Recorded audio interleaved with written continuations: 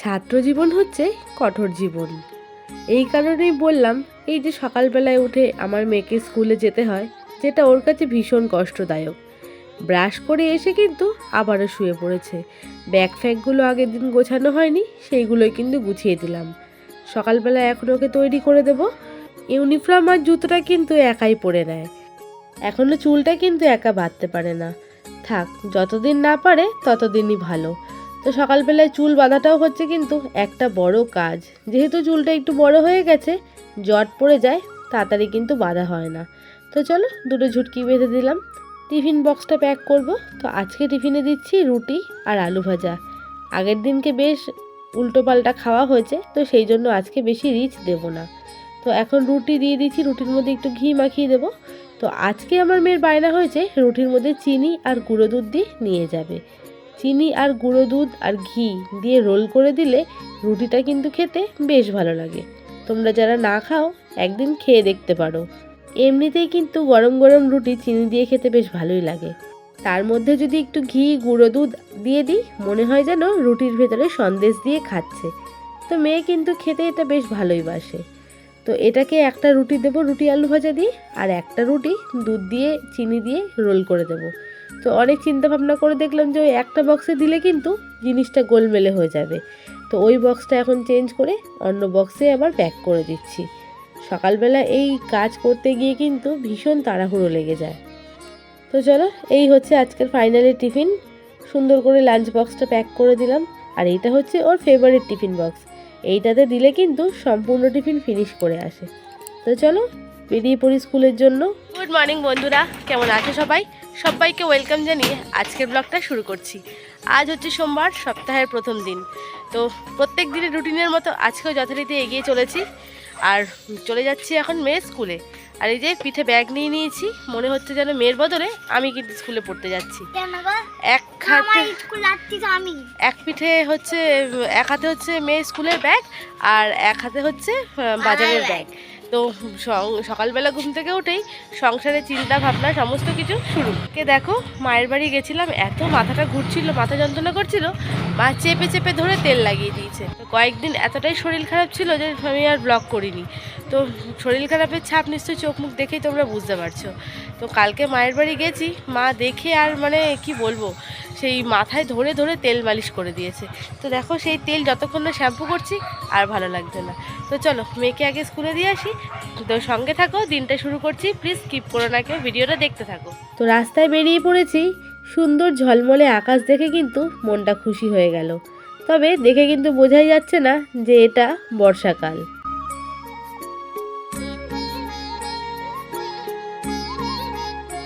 মেয়েকে ভেতরে ঢুকিয়ে দিলাম স্কুলের। ব্যাগটা এত ভারী, নিয়ে যেতে কিন্তু ভীষণ কষ্ট হয়। তো যাই হোক, অনেক কষ্টে সৃষ্টে দোতলা পর্যন্ত নিয়ে ওঠে।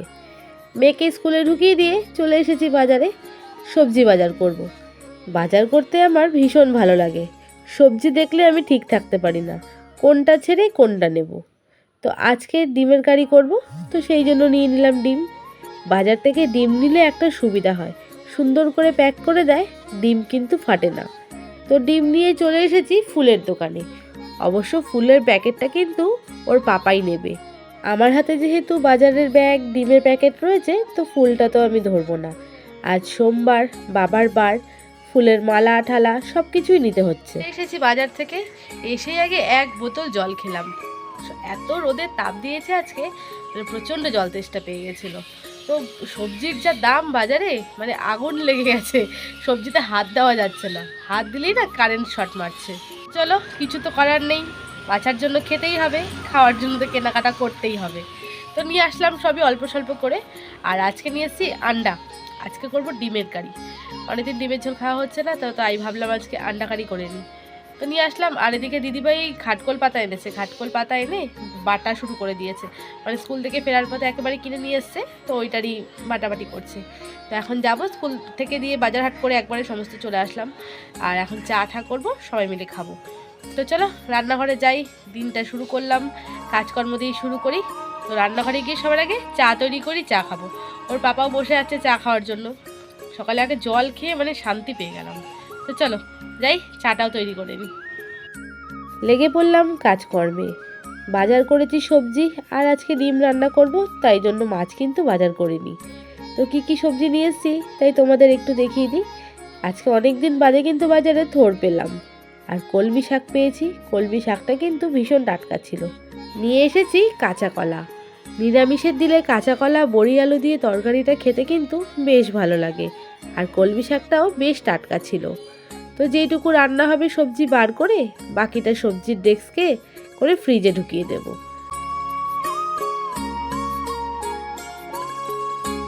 আর কলমি শাকটা আজকেই রান্না করে নেব, না হলে রাখলে কিন্তু পরের দিন নষ্ট হয়ে যাবে। কলমি শাকটা কিন্তু খেতে খারাপ লাগে না, বেশ মিষ্টি মিষ্টি হয়, আর আমার মেয়েও খেতে কিন্তু বেশ ভালোবাসে।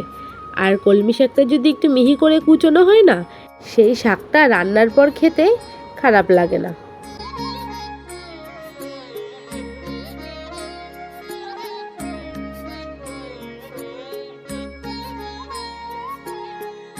আজ কি রান্না করব আগামাথা কিছুই ভেবে পাচ্ছিলাম না। ফ্রিজের মধ্যে কতগুলো পটল শুকিয়ে যাচ্ছিল, তাই ভাবলাম পটলগুলোকে পোড়া করে নিই, মাখলে গরম ভাতে খাওয়া হয়ে যাবে। তো পটল পোড়া হয়ে যাওয়ার পরে শাক রান্নাও বসিয়ে দিচ্ছি, আর এদিকে পেছনে দেখো দিদিভাই বসে কাটাকুটি করে দিচ্ছে।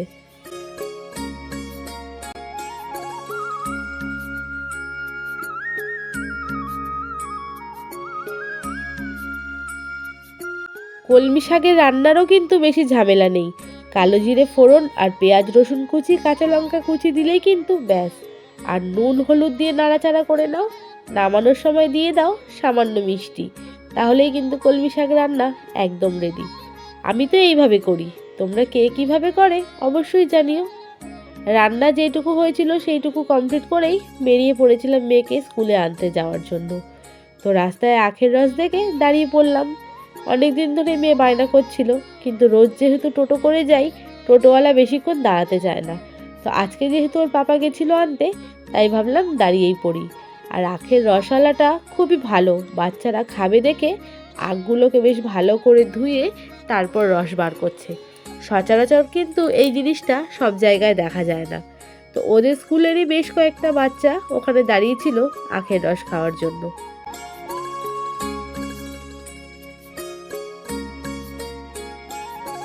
তো দিয়ে দিল মেয়েকে আখের রস।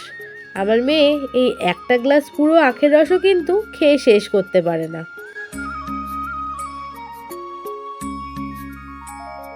স্কুল থেকে বাড়িতে ফিরে মেয়েকে স্নান করাতে করাতে নিজে স্নান করে যেইটুকু রান্না বাকি ছিল সেইটুকু কমপ্লিট করেছি। আর আজকে রান্না বান্নাটা তোমাদের দেখিয়ে দিই।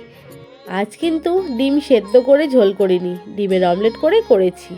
এই হচ্ছে পটল পোড়া মাখা, আর ওর পাপার জন্য একটা সেদ্ধ করে ঝোল করেছি। তো ওর পাপাকেই খাবার দেবো সেই জন্য বেড়ে নিয়েছি।